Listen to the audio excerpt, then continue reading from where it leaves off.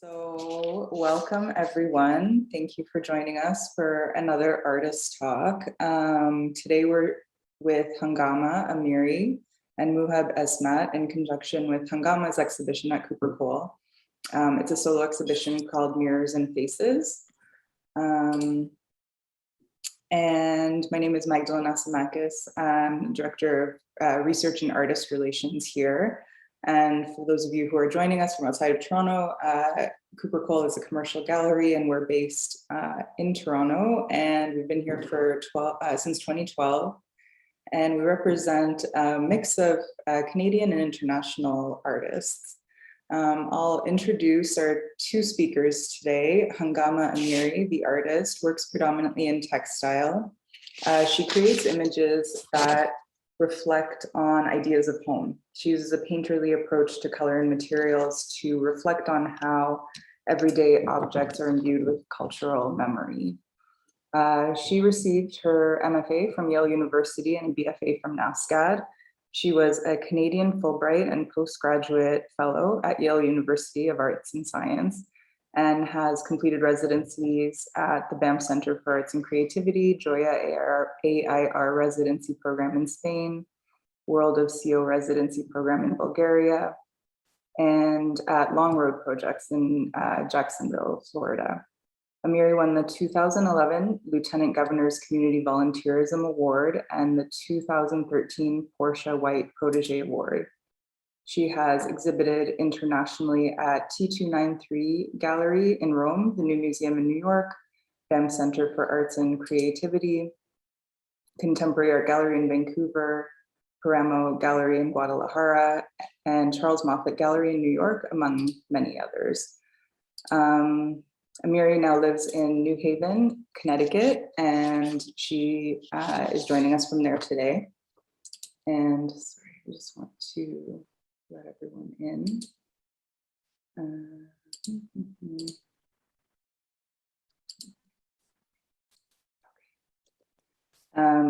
And Muheb Esmat, who will be speaking with Hangama, as a curator and writer from Kabul. His research explores modern contemporary visual culture in Afghanistan, and he's joining us from New York today. And Hangama and Muheb have worked together before. They've collaborated in conversations and projects before, so we're really excited to be able to have them speak to each other again in conjunction with this exhibition. As usual, our talk will run for about 45 minutes to an hour, during which you can feel free to type your questions in the chat or raise your hand if you like. And there'll be a question and answer period at the end. And this talk is recorded, just to confirm with everyone, so you can adjust your visibility settings for your comfort. And yeah, with that, I'd like to welcome Hangama and Muheb, and the floor is yours. Hi, everyone. Thank you so much for having me and Muheb here. Thank you, Madam, for a great introduction as well. Yeah, thank you. I'm really excited to be here and to be in conversation with Hangama again. I think we have known each other for 2 years now, and every time we have been in conversation, I feel like I keep learning new things about your practice and the way you think. So maybe I think it's probably pretty appropriate to start with a little bit of background on your practice and how this show came together. Something so everyone could get an idea of where you're coming and thinking about the works on display. No, sure. Of course. I guess I can start by talking about my practice. I think Madeleine kind of explained a few words. But for me, as an Afghan artist, I'm very much interested in ideas of memory and home, but also about my diasporic experiences living abroad, and while also investigating sort of questions of gender and constructed of gender in Islamic culture. So not only my work kind of reveals the contemporary voices of Afghan women in my textile pieces, but I'm also very much interested. Lately I've been really interested to investigate what sort of meaning home, as we call, are having. And based on these recent bodies of work, I've been very much invested in those childhood or fragile memories of home, but also how would I experience those living abroad. So this exhibition particularly Mirrors and Faces. There also explores questions on home and memory through migration, I feel like. And it really covers my time for the whole year of being in the pandemic, and what sort of stories and what sort of imagination my world take place. And the whole series explores this, my domestic shell, and how it also becomes this emotional, but also a very emotive at the same time, that kind of touched on feelings of loneliness, on feelings of longing for home, and loss of love and intimacy and touch. So these are the things that I also felt very ambivalent to explore, but I felt very important as an artist to not forget about this time in my career or in my life as an artist, but instead be loud about it and challenge those the time period that I lived through. So this is this exhibition at Cooper Cole's exhibition really explores my experiences of migration being in the United States.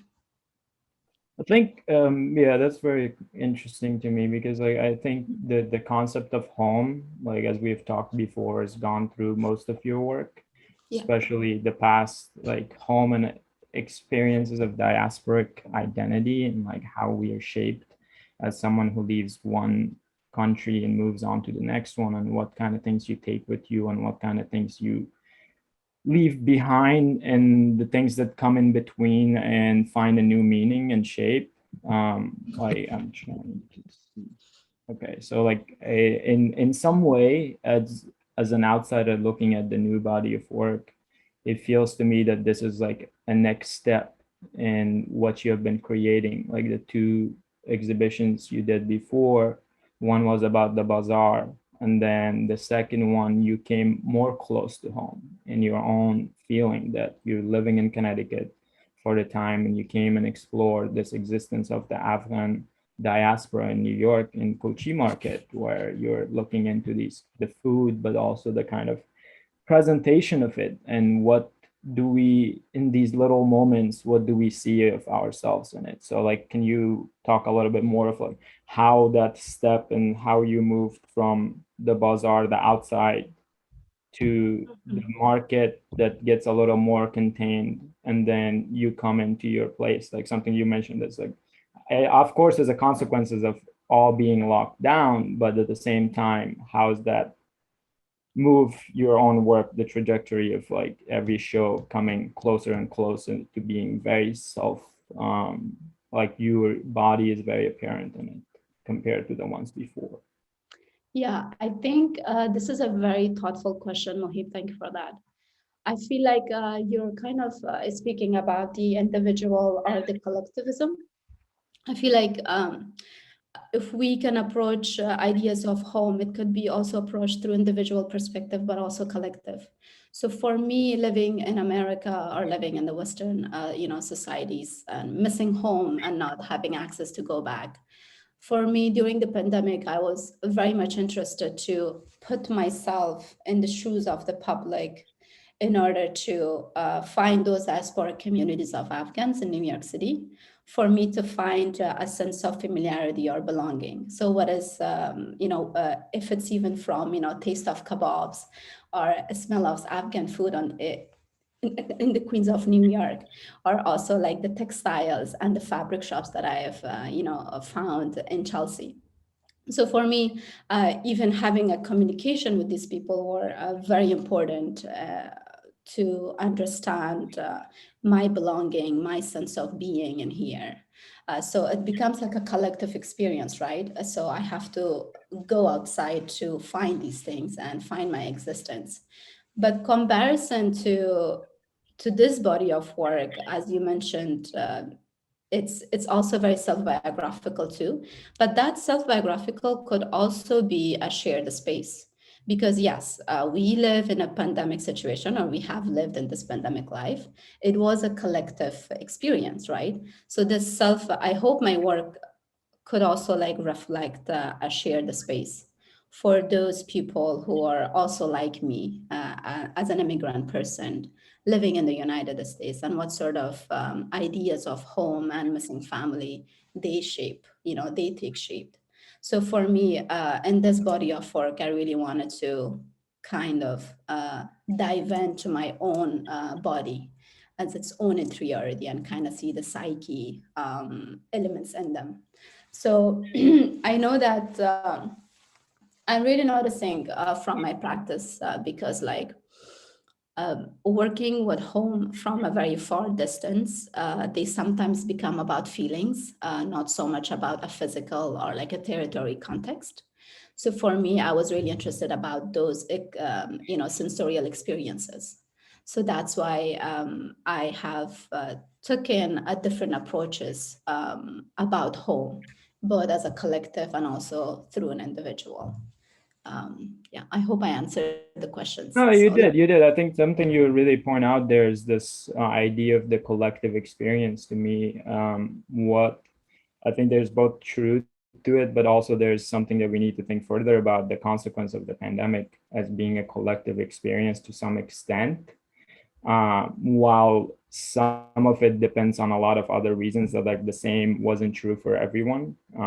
I think one thing that we forget sometimes is that the restrictions that were the defining characters of the pandemic, for people not being traveled, people not living their homes, people being locked in these places and thinking that they were disconnected from the people they love, away from ones they wanted to connect, is a reality, has been a reality in a different situation for people. And that's where I remember, at least me being at school at the time, is that the restrictions of traveling for some people was very like heartbreaking and new.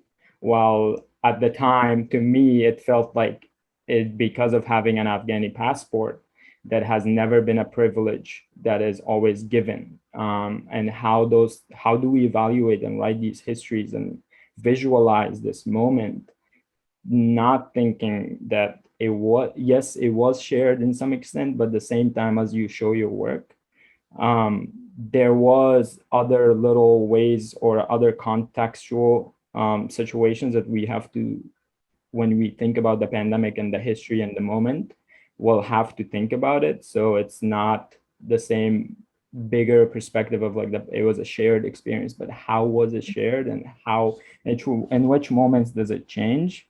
Which in like that point, to what I would like to know next, I think maybe it comes to this moment of, it feels the body of the work that you present here, that you are inside, you are in this place of like being at home, being close to your plants, being close to your domestic setting of like in bed or not. So it's very obvious, but at the same time, I think there's another sense of you are stepping away, you're actually freeing yourself in or taking, like showing us something else that often in previous works weren't available, is the sense of like you bringing yourself, as you can see these sketches on the thread with the black, like you come into these works more. And also this kind of like what happens, this domestic space, that how representing that is, you have these expectations and cultural norms you're playing against. These are kind of pressures that you're expected. And if you could talk a little bit more like the pressure of like, what can you do if you're constrained to working at home and thinking, but then you have these pressures of how much of the private sphere can you expose? How much of your private sphere could be out there or talk about because of different reasons? of course, I feel like you're also bringing an important point here. The cultural quarantine, yes, it has been a shared experience for majority of us, but I think for me, I wasn't only interested to like put myself as a subject in my pieces only, but I was also really interested to look through my body and what sort of interiority space it will have in itself, right? And what sort of psyche it was kind of gaining to have.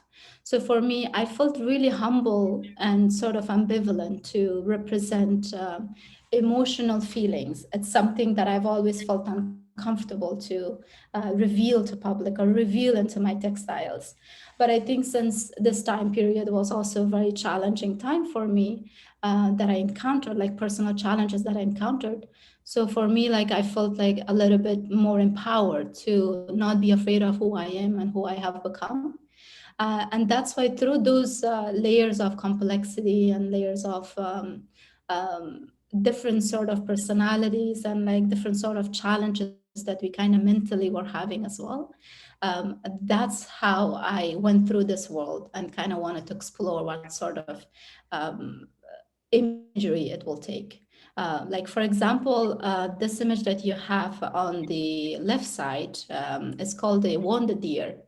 And it wasn't only feelings of me being as an immigrant body or as an immigrant artist, but I was also really aware of my time as well as an Afghan, because we also know what happened to Afghanistan recently and what sort of feelings we as individuals felt too. One, that yes, we still live in this not privileged position, but then at the same time we also lost that home that we had some sort of hope to go back, or like some sort of access to go back, right? And I was in this particular work, I was really reflecting those feelings of like disparity, feelings of like betrayal. And for me, I also was interested to, in order to explore these feelings, I have to explore it through a poetic lens, and nothing so much intentional or direct, but something that could play, different cultural materials or different everyday objects in order to tell my story, in order to tell who I am in here and do I matter, you know. And I can talk a little bit about this specific piece because it's also one of my favorite one in the show. It's basically pretty much explores my my kind of relationship, to my homeland, Afghanistan, and something that this kind of like an abstract hand on the left side is like pointing at me. So my self-portraits are really visible in these works as well. And the deer in between is being heard. And that deer really represented my the hope that I have for my own homeland. So I hope, through this body of work, I hope I could also open up a table or open up a platform for those people who could also share their experiences of pandemic, not only taking pandemic as a very Western point of view of what social isolation means, but also, putting a question on how this anormality that we are all talking about, we live this anormality for a very long time. I have been detached from my own country and from my own family for a very long time. So I'm hoping to open up some sort of space for other people to kind of explore these feelings of loneliness and, how they lived, a person like me and you.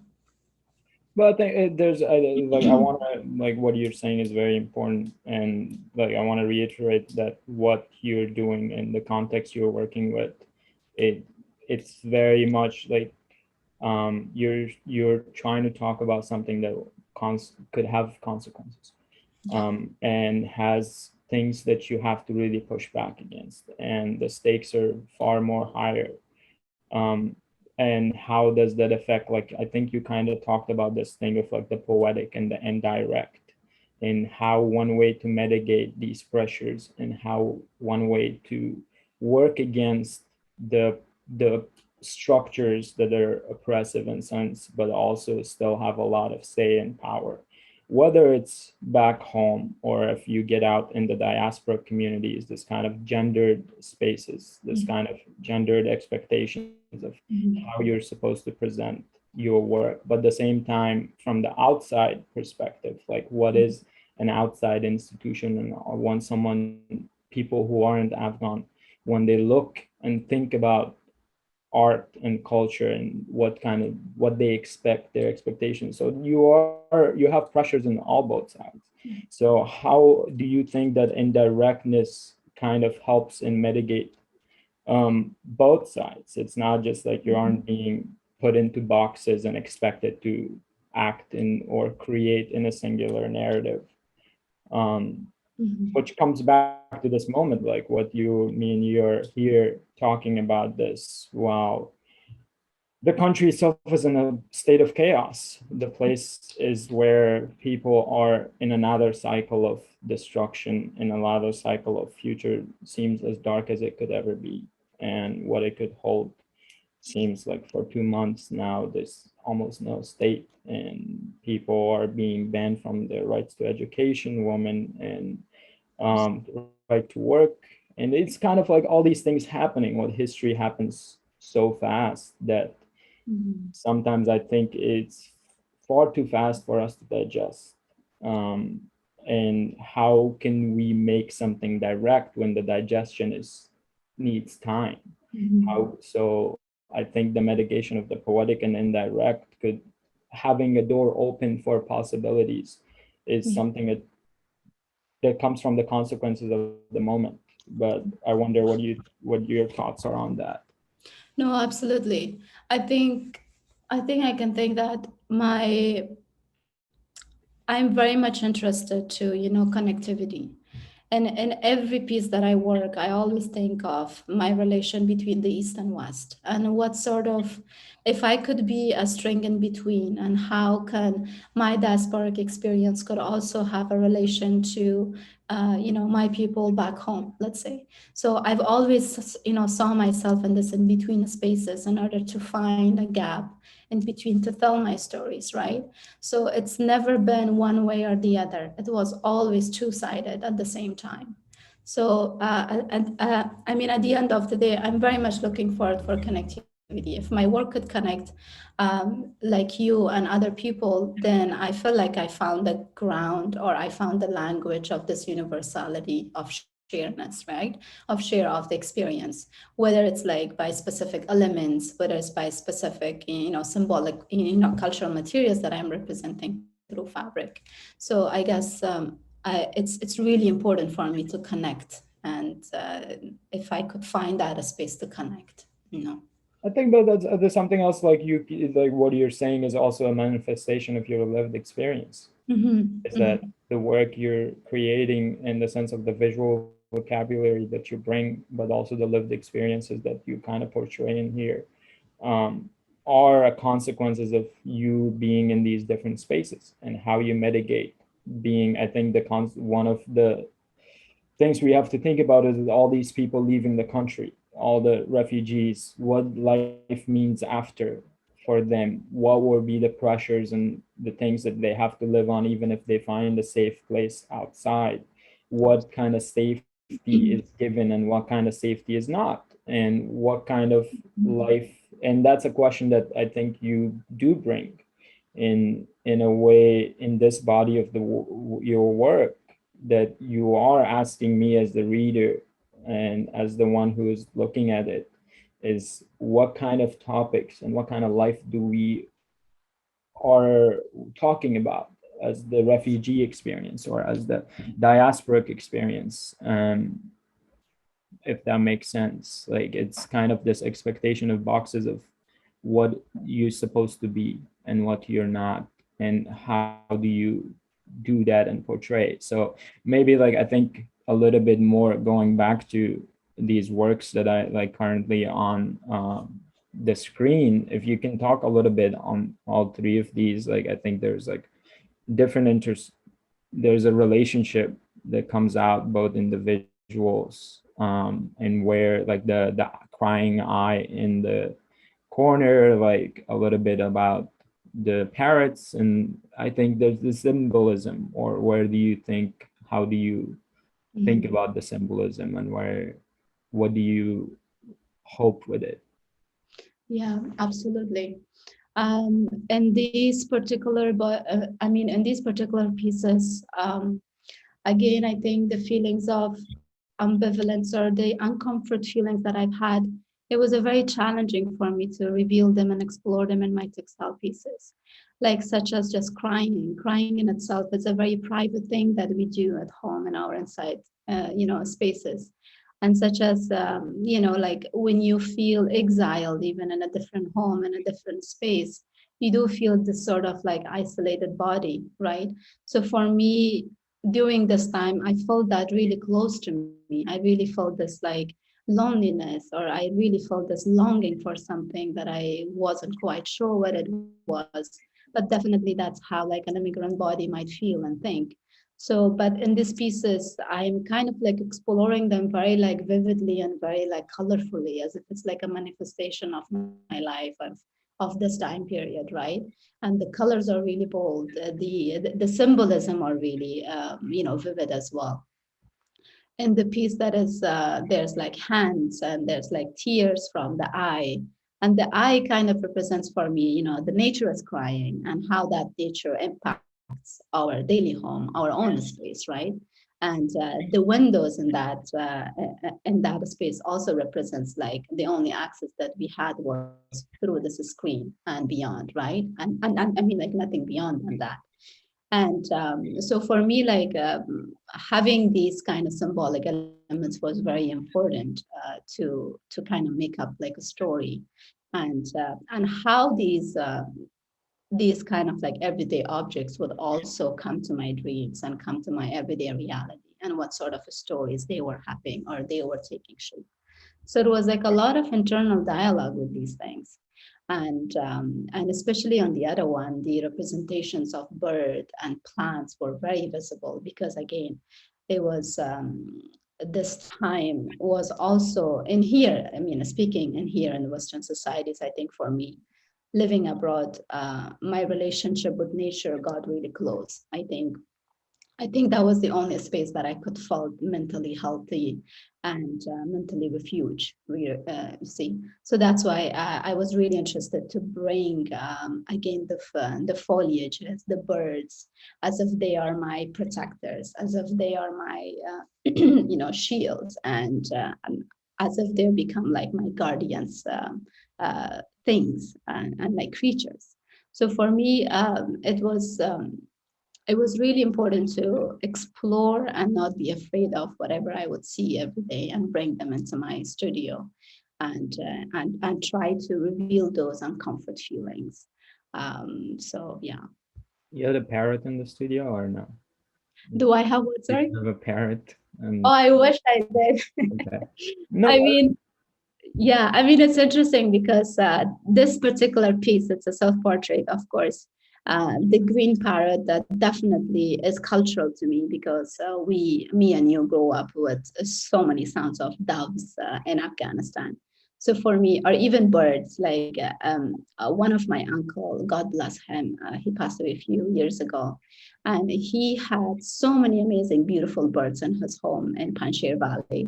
And growing up by the sound of those birds, like it really reminded me how joyful that moment was. But also, birds are really annoying because they wake you up really early too. So for me in here again, like I'm still thinking about those cultural elements and cultural sort of things that I grow up. And they would keep coming back into my daily life in here as well. Again, longing for those specific things that I miss the most. So the green parrot definitely comes through that. Memories for sure. I think the memories, but it's also like what you're saying about this like cultural memory and this fact of like the symbols also represent a different language. I think sometimes we ought to look at works in that context. It will make sense. So like the parrot, while our relationship to a parrot, if I'm living in New York, I don't see a parrot in my life unless I go to the zoo or wherever it might be. It's a very different.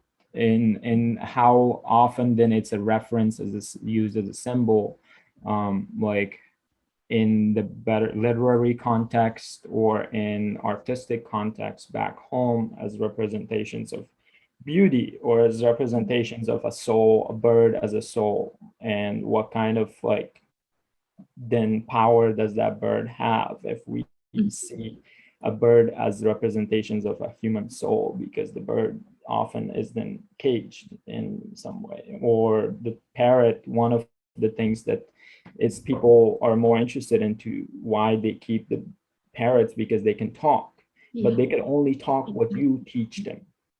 So how, as an owner, would we hold a bird that then talks what it wants? And this is the kind of, to me, like I'm like going far and stepping back, is in the sense of like you and the bird are what you talk and what you're expected to talk, or as a person, and like the point you made earlier is that your first time you connected with nature in some ways, or this how nature becomes, and what are the consequences of why, the reasoning, and how it's made safe, and if not, for being a woman and being, and even to be able to make those connections and have that space that is safe, is the question that, like, I think those are the symbols that come back and forth. I don't know what you're thinking about that sense of like the bird, but I think I was reading about this long story. I think there's like these little tales that get passed on through birds. As a way of like lessons learned as kids. And there's this tale of the bird. There's a guy who has a store and a parrot. And the reason he keeps the parrot, because it's an attraction that brings people, because the parrot tells people thank you, whatever, like talks to them, and then they come. So one day he closes his store and leaves and forgets the parrot.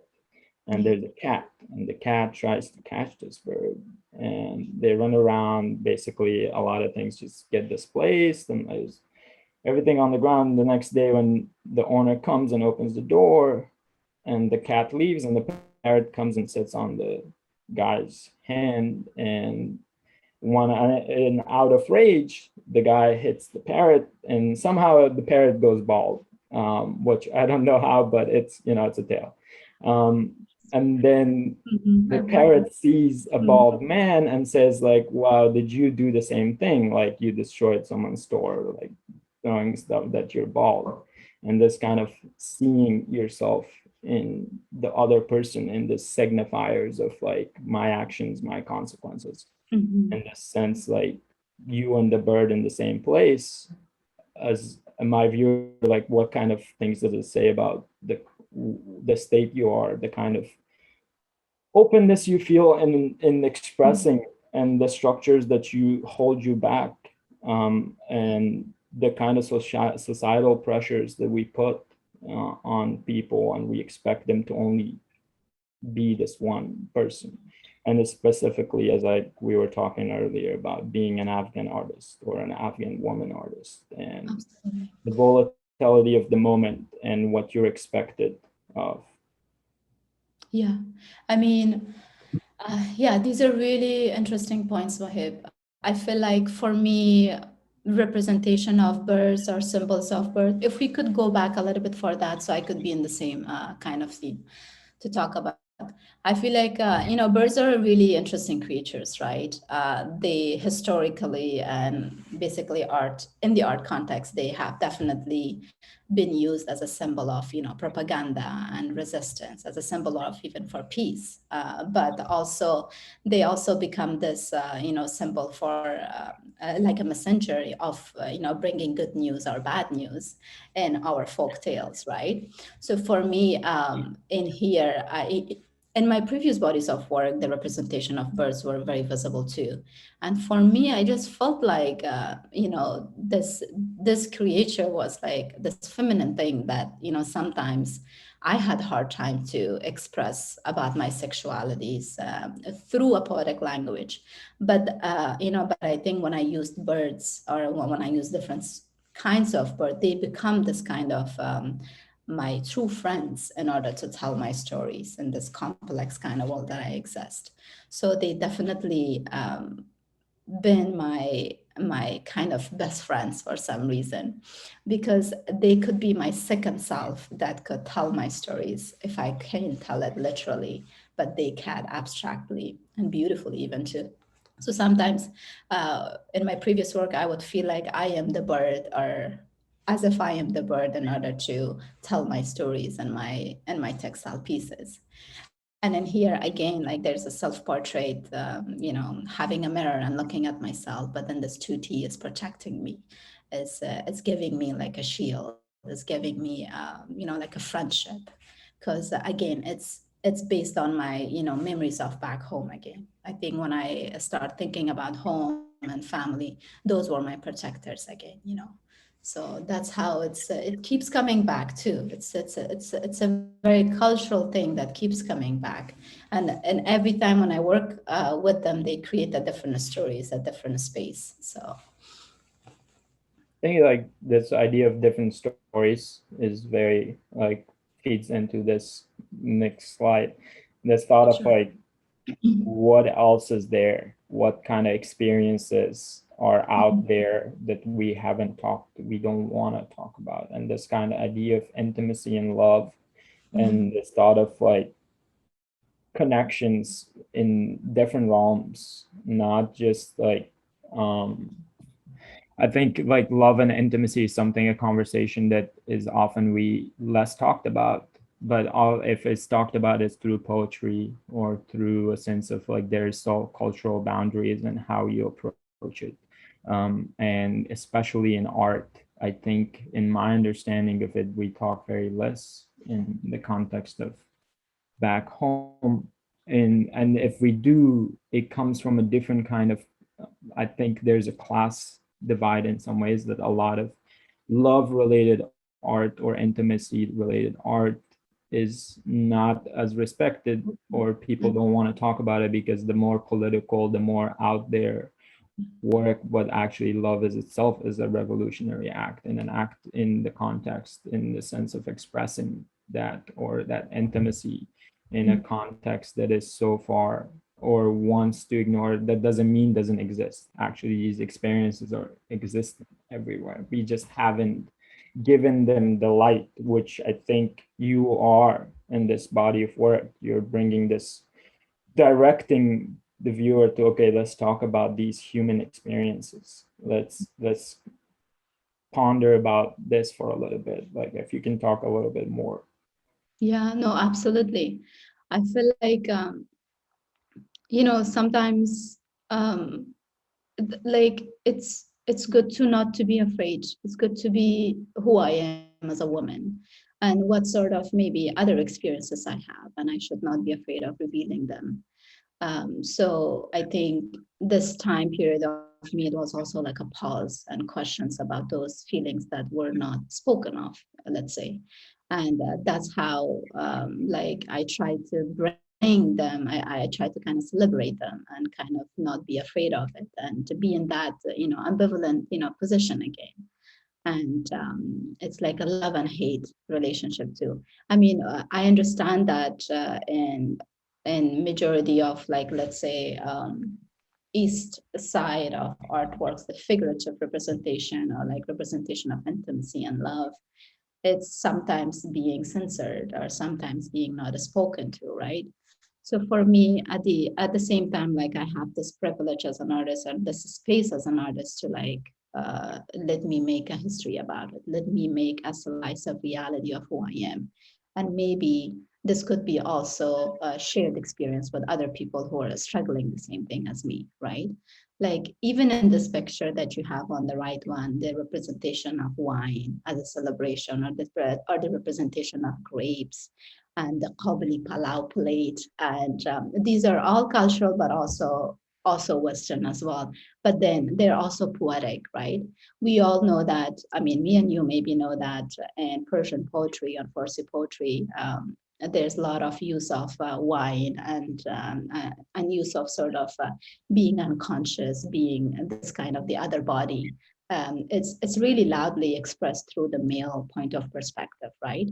But so for me, I'm also considering those two and how I could also express these kind of uncomfort things in my work too, and kind of bring that language through my work as well, and give them a space to breathe. And especially in this work, I also wanted to kind of reference, because in this work, I think it's I really was interested to kind of know what social isolation means again. And by depicting this Pavli Palau plate again in the center of this space. And their like hands are represented, but they also have same nail polish, as if they are also the same person circling around the time. And time was very important too. Time and, during this pandemic become like a sameness. There was something that you cannot lock what was the day, what was the evening, or what was the afternoon. So for me, I was really interested to kind of disjoint or kind of decompose the architecture of the space that I was living in, and what sort of experiences I would have with these everyday objects, and what sort of stories I was creating or like longing for, pretty much.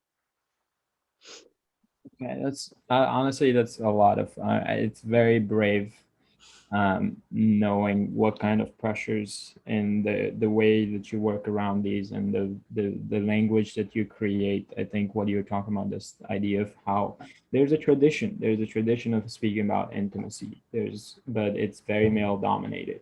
It's also unvisualized. I think some question that just comes to my mind, we'll have to think more about, is like how appropriate, how do we draw a line between written, how we talk about or write about intimacy and love, and how we visualize it, and why are we scared of the visualization more than the poetic, and what does that mean is a question that, or why is there less visual than there's a lot more poetry and like prose written about it? Then it's something that, like, I think comes more into what we expect of art and visuals and their role in culture and what they do, and how we are positioned to think of their impact and if they're real or not. And those questions are probably far big for now, but it makes me think, at least in my sense, and like what you're doing and how it continues, but also departs and finds a new path, and to talk about these feelings that are, even if they are just personal, the personal then becomes collective. I think that's one other question, is like that. Obviously, there are two ways of looking at any context, is the collective and the personal. And we often feel like the collective seems far more easier to do, and you're expected in some ways, while actually in these personal moments, there's so much more being told about a different collective, a collective that we haven't been thinking about, because the reality is that a collective image of a state, a place, is always forced upon in certain structures, but only a personal narrative, slowly 1, 2, 3, could then help us challenge those things, which in the context of back home, we know that collective image is not complete. That collective image continues to fall apart, and their questions need to be asked about it. And we can only do it, in some ways, at least in my opinion, if we take one by one, in a sense, these are to see what are the alternative stories and ways of thinking about the place, and how the smaller things could feed into the bigger ones. With that, I think maybe we can take some time for questions. I don't have any more questions. If you have any. Okay. I actually want to say a little bit more, one more thing. I think for me, I also really felt liberated the idea of drawing in the series. I felt like just like the practice of drawing my dreams every day, or the practice of drawing what I was going through. And that kind of like that form really helped me to reach what I was looking for. Even in these textile pieces, they're really approached as if they're like drawing, as if they're like writing. It's not so much like about the what does the textile do in here? What is the identity of fabric here? But much more of like, how does memory is played in here and what sort of spaces it has. So it has like a very transparent or maybe translucency in them too. I mean, that's why the whole show is about mirrors and faces, but whose mirror and whose faces? It's I'm trying to open up some sort of a space that you could be also reflected in this space, and I could be and she could be too. So I think the form of drawing was really a strong notion to understand what drawing does to our to my everyday life too as an artist. Again, the foundation of making art is the drawing again. Yeah, but. Yeah, thank you so much. I actually I might ask you a question too that extends from that. I was curious to ask you more about your material process in relation to sort of the conceptual side, but also the catharsis that you're speaking about, I think, right now. So yeah, I was wondering how, maybe you can speak about how, for instance, you transition from painting to working in textile and what that means to you, but also there's a huge range in scale also in the works in the show. So the ones that we're looking at right now are sort of a smaller, more intimate scale. And then there are ones that are more monumental, like the Red Room. And, but, despite it being so large in size, it still has a sort of intimacy to it, I think.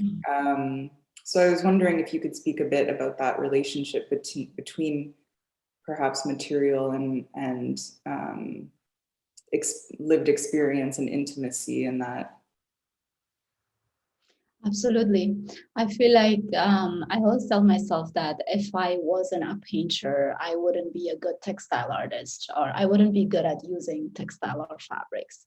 I feel like my first initial as a painter, it really taught me how to feel things, how to kind of question material that we are using.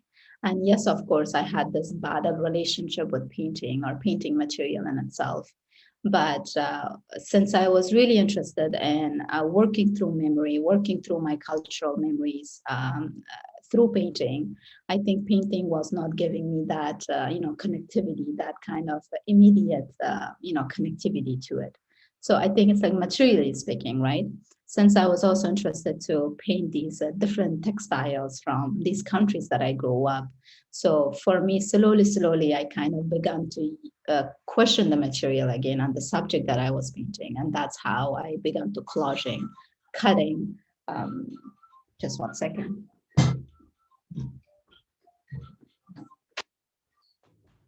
Really sorry about that. So from there, like I become like really interested because like one, that memory is also like a very fragile and very fragment thing, right? And textile and fabric has this tactility. This you could do so much with this fabric, with this material. You could stretch it, you could cut it, you could burn it even sometimes, which I do too. If I don't like my work, I kind of like put it aside or cut into pieces.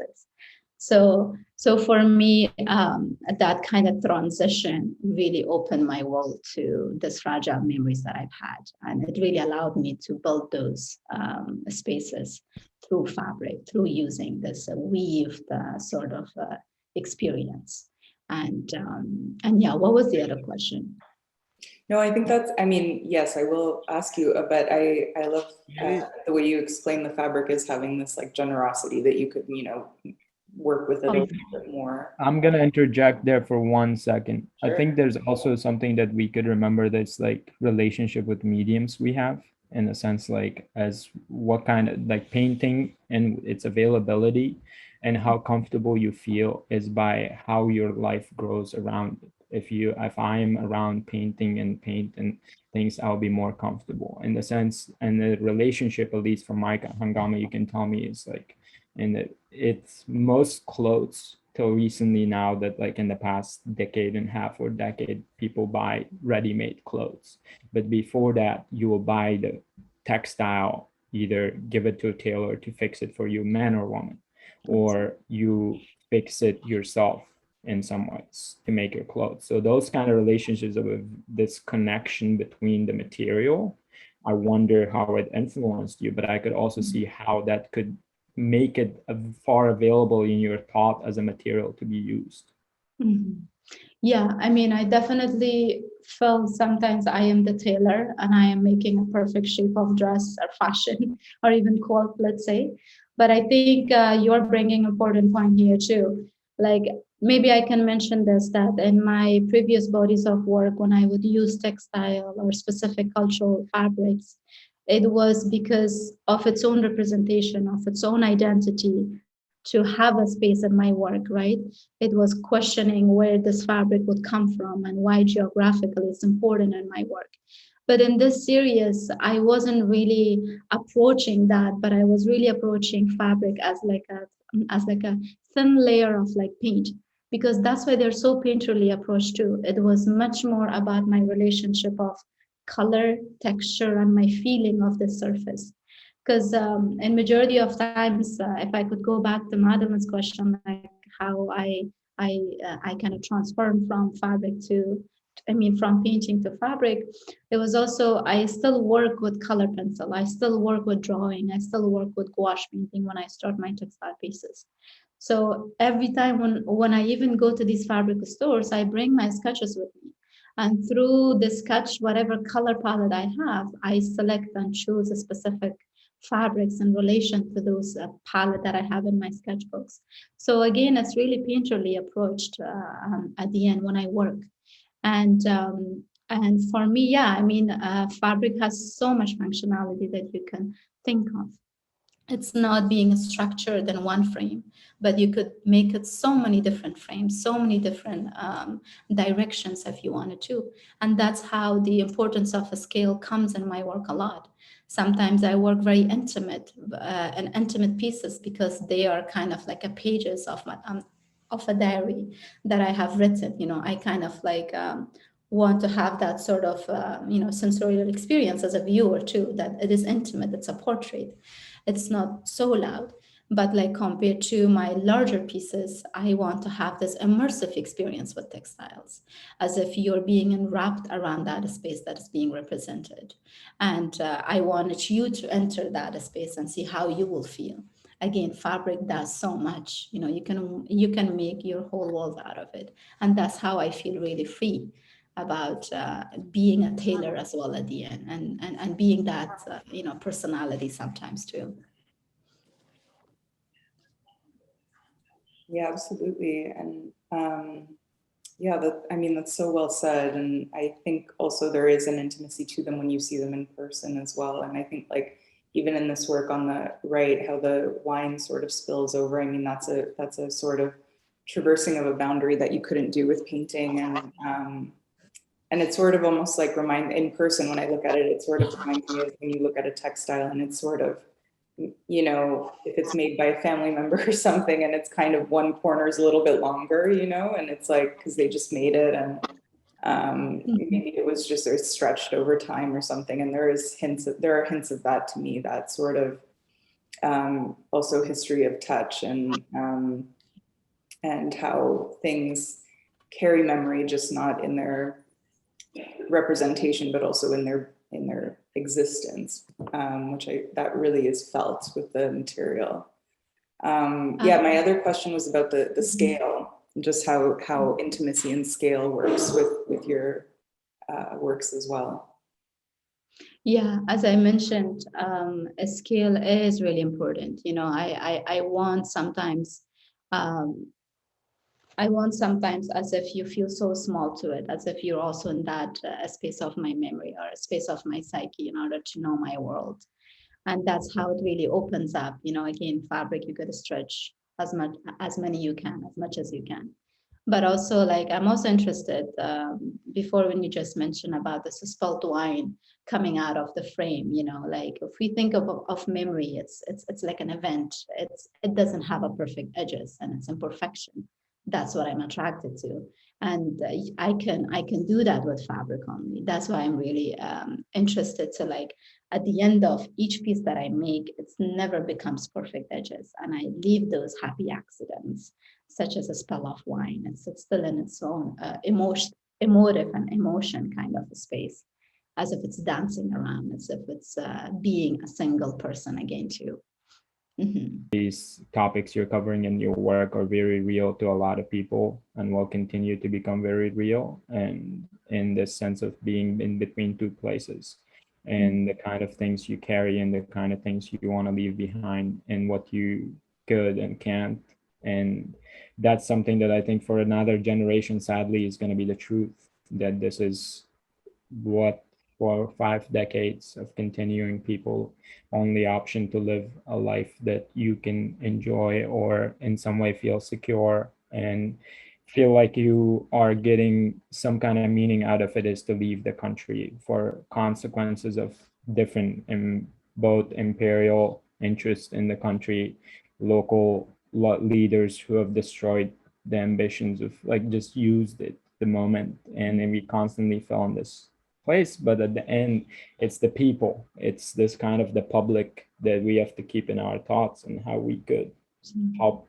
And these narratives are one way to make a difference in how we can continue to expand the narratives of talking about the place and the people and who they are on their own, than just these general big topics forced on from the top.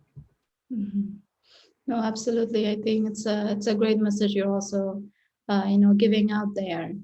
I feel like I am definitely, as an artist, I never feel that I'm stopping or being silent about anything, even though I took a lens in my own self in this body of work. But I'm always thinking about how should I bring these contemporary voices again, and what sort of kind of shape of history Afghanistan is having, especially the lives of women again, right? So I'm still being in constant working and thinking and trying to find a platform through my work, because as an artist, yes, I do feel privileged that I have this medium, that I have these tools to express, and hopefully if I could find a space for them to also count as one as well, and be important, and bring them in the art history and art context too. So there's a lot of work to be done, I would say, but it is the beginning, I would say, as well.